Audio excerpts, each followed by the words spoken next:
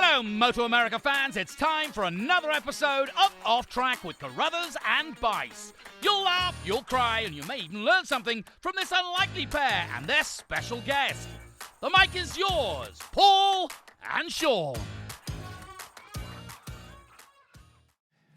Hello, MotoAmerica fans. Welcome to this latest edition of Off Track with Carruthers and Bice. I am Bice, and Carruthers is on the other side, and we have our guest today at Road America, and we're actually at the track where this guy in the middle raced his very first race in America, I think, in the MotoAmerica series for sure, right? Yeah, 2016, first race here in this championship, and yeah, it kind of kickstarted everything for me and led me to where I am here today. And this is Mathew Scholtz, of course, Westby Racing Superbike rider. This is an interesting track, not only because it's his first race here, but it's been up and down a little bit, I think, for you. I mean, you like the track, I know, but sometimes you haven't had the greatest luck here. Some of it, I think, is luck, wouldn't you say? Yeah, I mean, it's definitely one of the best tracks in this country. It's a fast-flowing, beautiful track, but yeah, the results for me have been a little bit up and down. This track was funny for the Westby team. And, you know, we talk about Dane a lot, and Dane used to do pretty well here. For some reason, it's the fans, I think, but you probably feel that, too, when you come here. The fans that are at this track really gravitate, I think, towards your team, and by virtue of that, you as well. So I think you got a lot of followers here, don't you think? Yeah, I mean, I know that 2017, when I fully signed for the Westby Racing team, there were a bunch of guys that were a huge following of Danes, and you know, they came up to me. They always sit up at the bottom by the carousel corner, and you know, I go over there and hang out with them, sign their tents, and you know, have a beer with them afterwards on Sunday. So you know, the fans are very, you know, welcoming in this part of the country, and I know that not just for me, but for all the other riders, it's one of the circuits that we look forward to actually racing at. Yeah, you know, a couple things I want to say. For one thing, coming into this round, Mathew is 4 points out of the championship lead. So last year he finished second in the championship and actually had the best season that he's ever had. I mean, he was fully healthy, doing well after an injury the year before, but had a great offseason of testing. So we're going to talk about that a little bit, but I also want to talk to Paul for a minute here. Paul's feeling a little under the weather. So if you notice his FM DJ voice, it's because he's the guy at night, the Barry White, who wants to say, you know, love to love you, baby, or whatever. I smoked a bunch of cigarettes last night. Yeah, you just be careful, Paul. At least it's not the C word. So I'm good there. It's not. No. It's just that good old-fashioned head cold that makes you feel like crap. It's what happens when these California guys come to these California guys come to the Midwest and they can't handle the climate difference. I mean, it's a comfortable, probably 68 degrees or something outside right now, but Paul's freezing to death right now. Oh, it is cold, it's cold over there. But I actually think I got sick in California, not here. But that's true, you did. You brought it here. Bringing the California cold out here. So anyway, we'll get through it. And he also, you know, this is a favorite round for us in MotoAmerica too. We love coming here with the brats and everything, especially these guys from California who come out here and they see all the green grass and they're like, wow, that's really amazing. You know, it's really something out here. But yeah, Paul, this is going to be a big weekend for us after VIR. I mean, we're going to talk to Mathew about this, but I mean, no, good news, bad news. It's all good for us, I guess. But it was a little different. You know, we had obviously our Petrucci stuff going on, and it made things a little interesting, made the next week a little busy, and I think we talked about this before, but it's like, you know, I just kind of feel bad for everybody. You know, it's kind of a rough situation, and, you know, I think, you know, you couldn't ask for a better place to come to after something like that, because as Mathew said, the track's awesome, the people are awesome, it's safe, so hopefully, you know, Danilo has a good time here and races, and that's what it's all about. We just need to go racing again and see who's the best. So Mathew, at VIR, you had a great round and there was a little bit of adversity. And I want to talk about that a little bit, as well as kind of going back. I was thinking about the Coda round. You and Petrucci were kind of dicing it up quite a bit. And then it seemed like in one or both those races, the tires went off a little bit and you kind of couldn't keep up to him, or he got past you. Yeah. This time at VIR, you took it to him in both races with arguably two different motorcycles, and you made it happen in both races. So tell us about that battle and how you handled that whole thing. Well, the second race on Sunday was, I think, more of a battle. The first race, I think Petrucci might have dropped off a little bit more. He ended up a couple seconds back, so I didn't really battle with him there. But Sunday, he passed me 2 or 3 times, managed to pass him back. But yeah, it was a really hard race, for maybe 15 laps, consecutively. I had plus 0 on the board. I could hear his bike, I could hear Cam's bike. So it was a very mentally draining race, but somehow kept them back there and finished second. So it gave me lots of confidence there that we were able to kind of beat them both in a head-to-head battle. And yeah, I just kind of want to just build on that for the rest of the season. And the bike that you crashed, the bike you crashed in Sunday morning warm-up, you couldn't race that bike on Sunday, so you went back to essentially the backup bike, which was the old style bike, yes. Right, which was kind of set up a little bit different, but you managed to handle it no problem, adapted to it. Now that we're back at Road America, you're going to be back on the bike that had some improvements that you didn't have in that race 2 at VIR, correct? Yeah, I mean, the settings were the same, from the traction control, shocks and everything else, but it was more the shape of the tank and where the fuel sits, because we kind of had the old school tank where all of the weight of the fuel would be in the front. So for the first couple of laps, you're kind of just smushing the front tire, running it out wide in corners, kind of hard to kind of finish turns. And so we kind of did more of what the Attack guys and the Ducati guys have now, where they kind of put more of the fuel underneath the seat. So it kind of balances the bike better. And that definitely seemed to kind of help. And unfortunately, Sunday morning, I did screw up big time and crashed with 1.5 minutes left in the warm-up session after we had finalized all the settings, which was my bad, really. So ended up racing on the older bike, which, was set up the same. But, yeah, I just hadn't put any laps on that bike, and that more forward-sitting fuel tank and how it changed or how I sat on the bike, and I kind of knew that we only had one of those tanks there, but fortunately we've got some more now, so I think that'll be quite a big difference for this weekend, especially here. You definitely need drive out of the corners for the longer straights here. A few times at VIR in the race, I mean, you were lifting the back end, you were sliding the bike around. I don't notice you being, and I'm not saying you were on the hairy edge, maybe you felt like you were. It feels like you're more smooth than that most of the time, and maybe it was just the way the conditions were. Did it feel any different in that? Were you pushing even harder than you have before, or is it just the conditions of the track?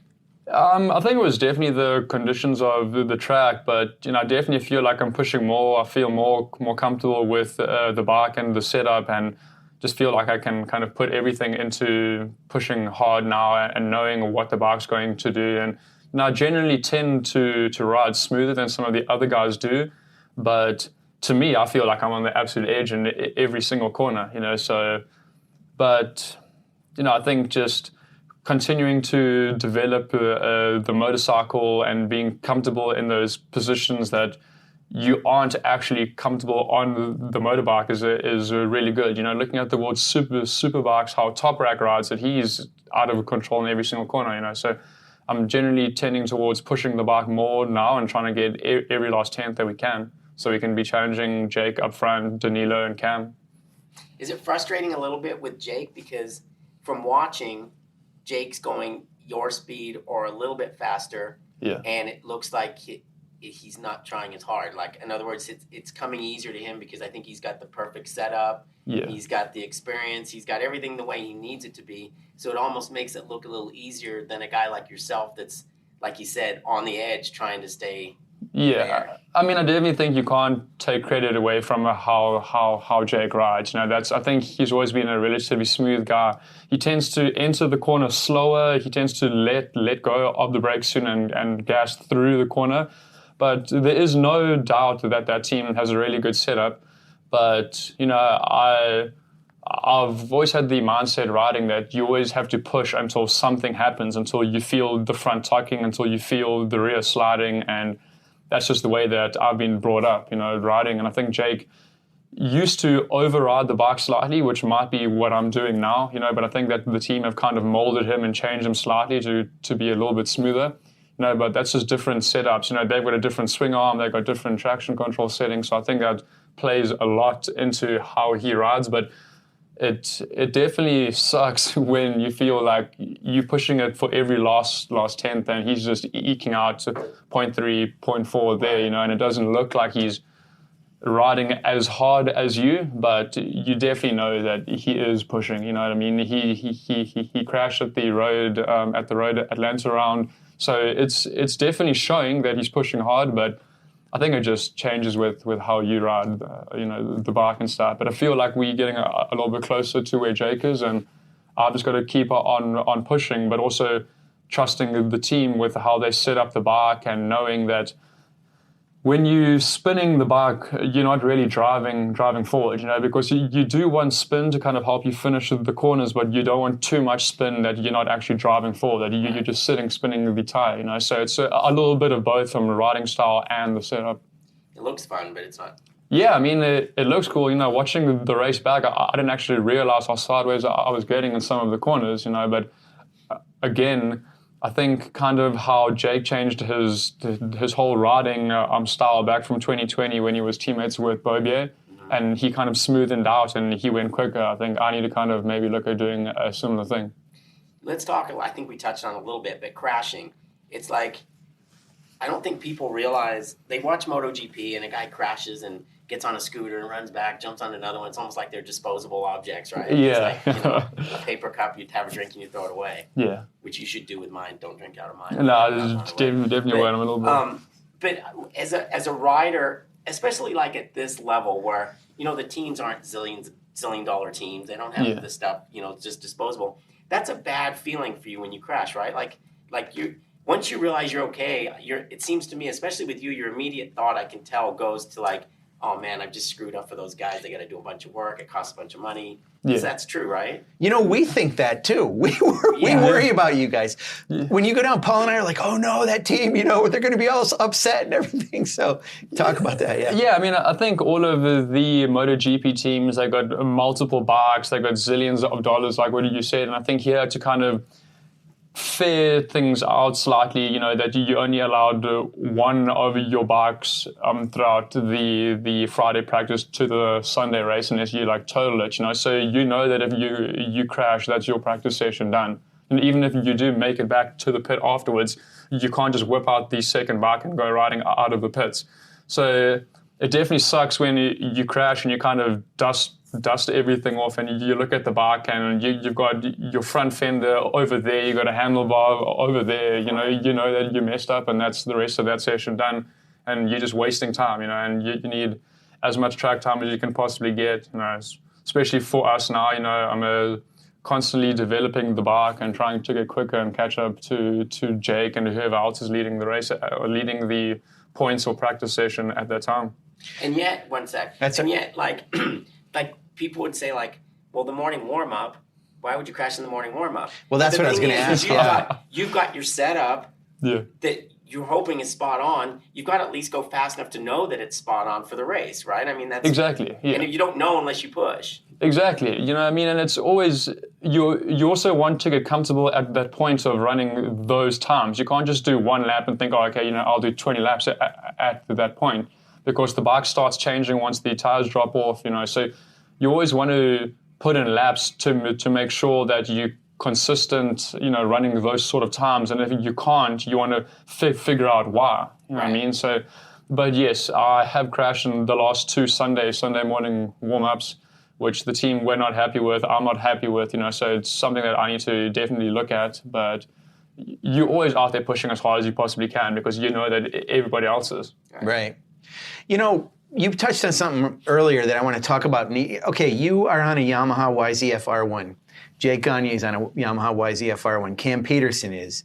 But the bikes are pretty different. You have some things that the attack bike don't have, and the attack bike has some things that you don't have. Yeah. Would you like to ride that bike and see what it's like, just to kind of compare it? Yeah, I mean, I think every single rider would. I'd also like to hop on Petrucci's bike, hop on the BMW, hop on Jake's bike, and just kind of see where they're better, where you can make your setup better. But at the end of the day, I'm with the Westby racing team. That's the package that we have, and I'm just trying to make that better and challenge to get wins for my team.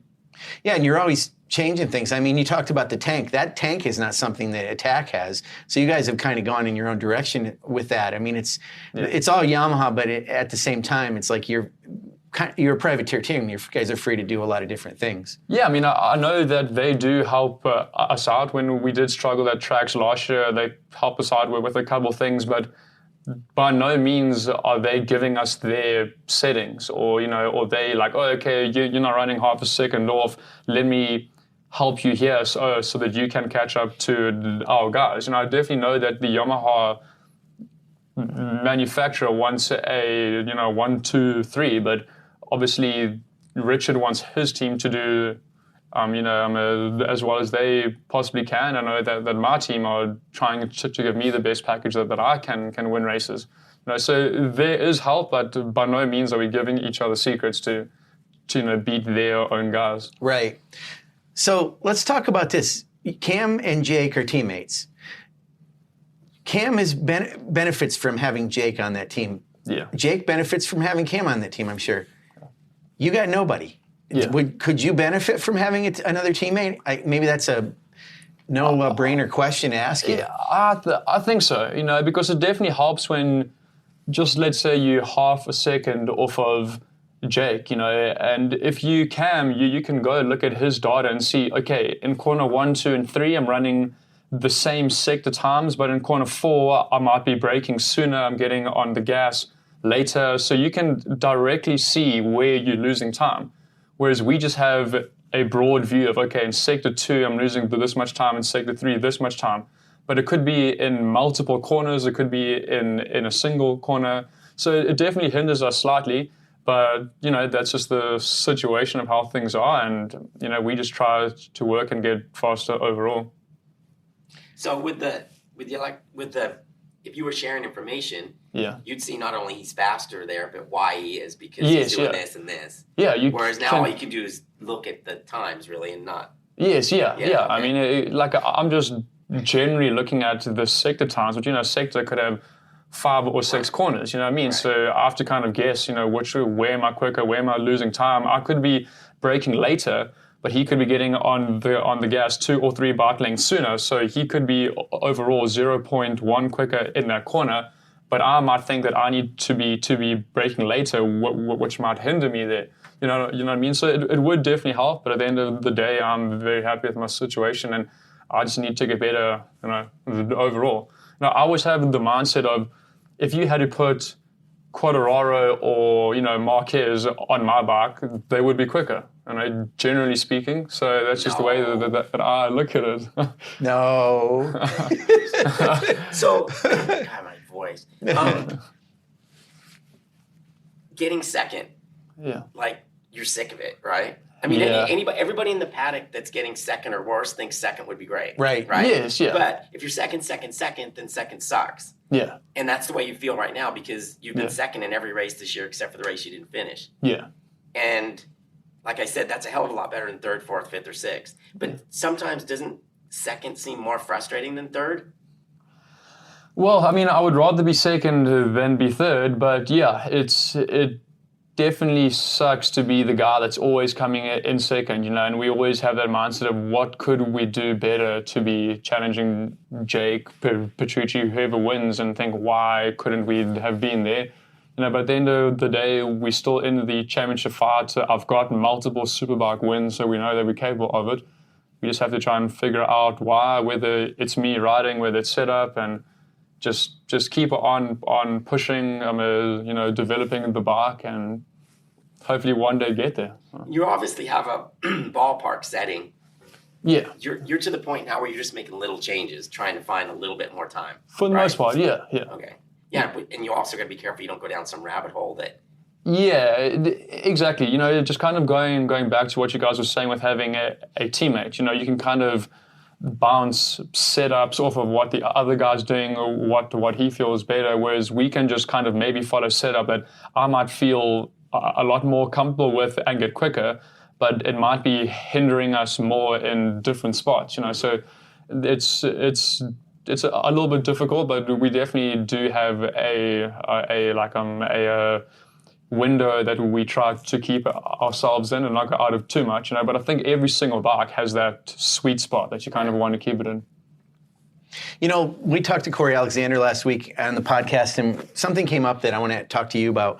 So the one thing a little bit lost in this whole thing with Danilo Petrucci in race 2 at VIR is the fact that he was trying to get second place at the finish line. Yeah. He was not giving up. He wasn't settling. He didn't want to settle for third. Yeah. When you are out there, well, first of all, did you expect that he was going to try to do that? And when somebody's behind you, when they go past you, does it surprise you?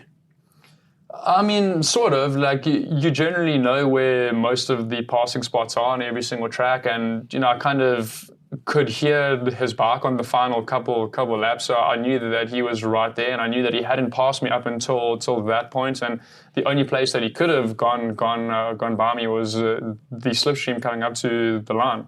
So I mean, I did the usual line, tucked in as much as I possibly could, and just held it flat out until a couple hundred yards past the finish line, just to make sure that I did everything I possibly could to get second. Right. Well, it's funny because when you look at the first one we saw was Jake in front, and he's kind of looking back with his hand up, and then you see you and Cam, and you guys are all kind of talking, and I guess I'm sure you were talking about what happened to Danilo. You were discussing what you saw, right? What did you see? A cloud of dust? I didn't see. I saw nothing really, you know what I mean? I pulled up next to Jake, and he just kind of mentioned that Petrucci crashed, and I looked back, and Cam was kind of telling me that he had crashed at that point, and I didn't know if it was one lap prior to that, or if it was on the start-finish straight, or what actually happened, but I didn't see his bike or him after the finish line. I was more just happy that I managed to kind of hold everyone off and take second place.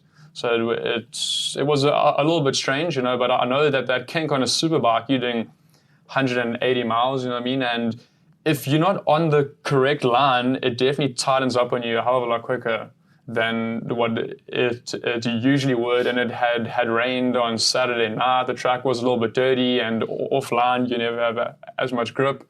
So, I mean, I think there were just multiple factors into why he crashed.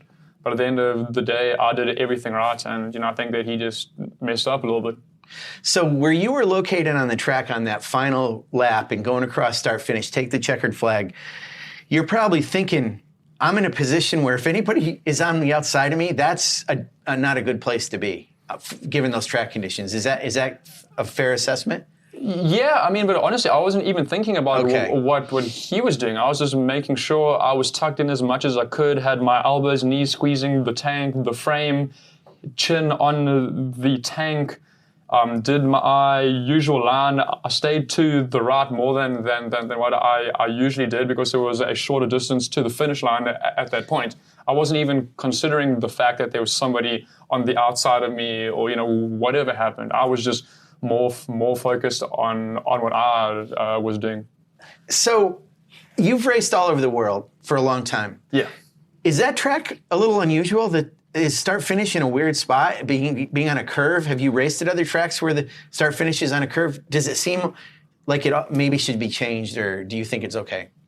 No, I mean, I've been racing the championship for 6 years now, and from what I've seen, we've never really had a problem with that, before, and that's just the nature of that track, and every single track's different. There's other tracks I've raced on where the finish line is after a, downhill drop on an uphill around a curb, after a little kink, and that's just how the track is, and you can't really complain about it, that's just how things are, and you just have to take it as it is. Let's think back to 2016 and really more 2017, I think, because that's when 2017 was when you were pretty much fully on Westby racing for the first year. But you joined kind of a little bit, a third of the way through the season in 2016 with, I'll mention Rapid Transit was the team you were on. Yeah. So when you went to these tracks for the first time, and I know you're going back a few years, we're talking like 6-7 years. Yeah. Do you remember going to these tracks and thinking, wow, this track's not like anything I've ever been on before, or I don't know about this track, or I love this track? I mean, what were your reactions as you went to each track? Well, I mean, coming from the South African Championship, we also had very similar tracks where it was narrow. There were tire walls on the outside, which we didn't have air fencer back then.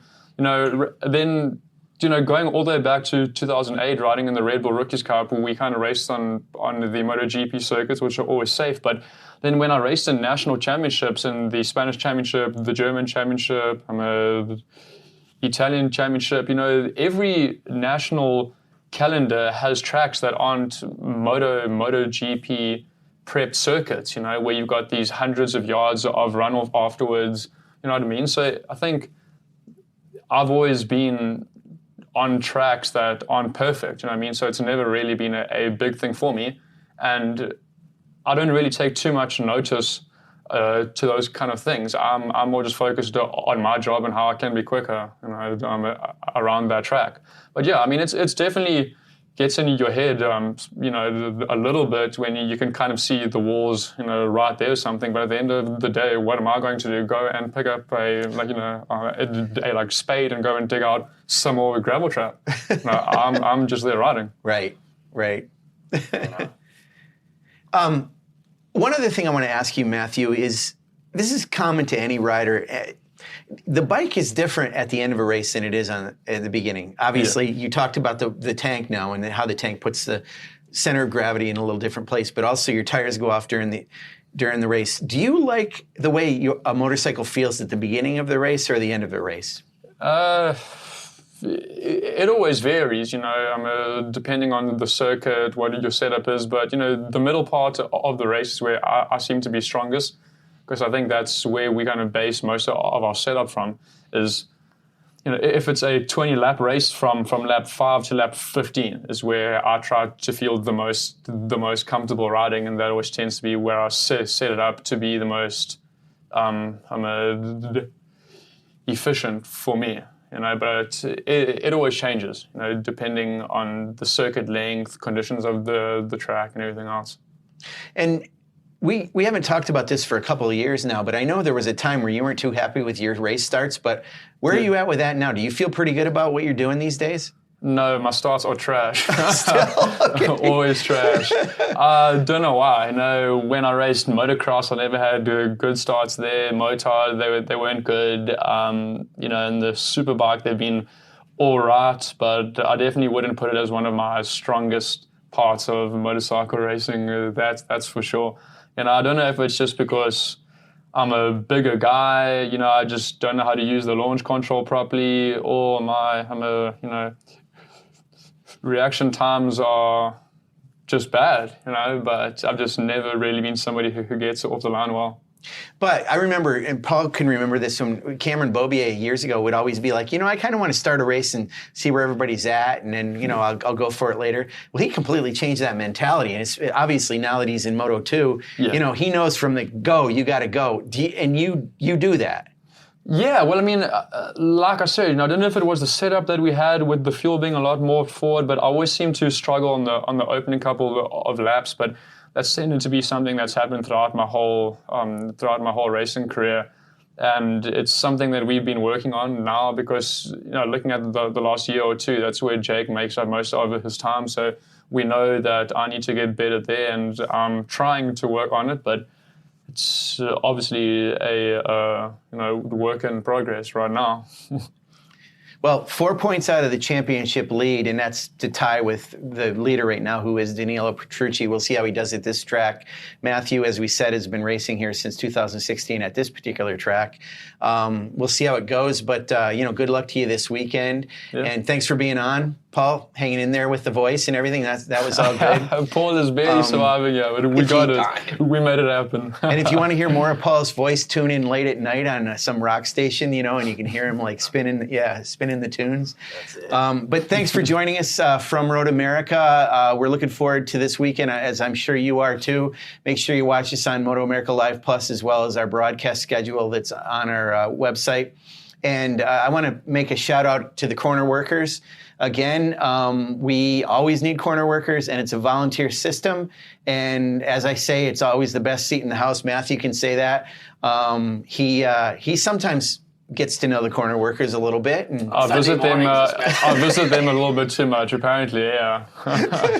But yeah, I mean, just to kind of say one more thing, Sean. Yeah. You know, I think that the MotoAmerica Championship is doing a brilliant job. I've been here for 6 years, you know, straight, and I've really found a home and a family here, and I couldn't be happier. You know, I mean, when I was racing back in the South African Championship, you know, I wasn't getting paid. I was waitering tables to kind of make money just to pay for gas and everything else. And you know, this really changed my life and my career, and I couldn't be happier. You know, everything's great here, and hopefully the championship continues to get better, to grow, and you know, we all work together and just get better. Yeah, and you know, that's an interesting point with that Mathew says. You know, I've often said this. We in America, most of us were born in this country. Paul wasn't, but Paul can actually vouch for this too. Paul's Australian. But sometimes people who weren't born in this country and choose to come here to live, to have a job, to do what Mathew's doing, you have a sense of pride about the country that you live in because it's a choice that you made anywhere in the world, and you're here, and that's kind of what you're saying. And we know Paul feels that way as well, so there's no doubt about it. I love it, yeah. So God bless America. We'll end on that note. But thanks, everybody. Thank you, Mathew. Thank you, guys. Thanks for having me.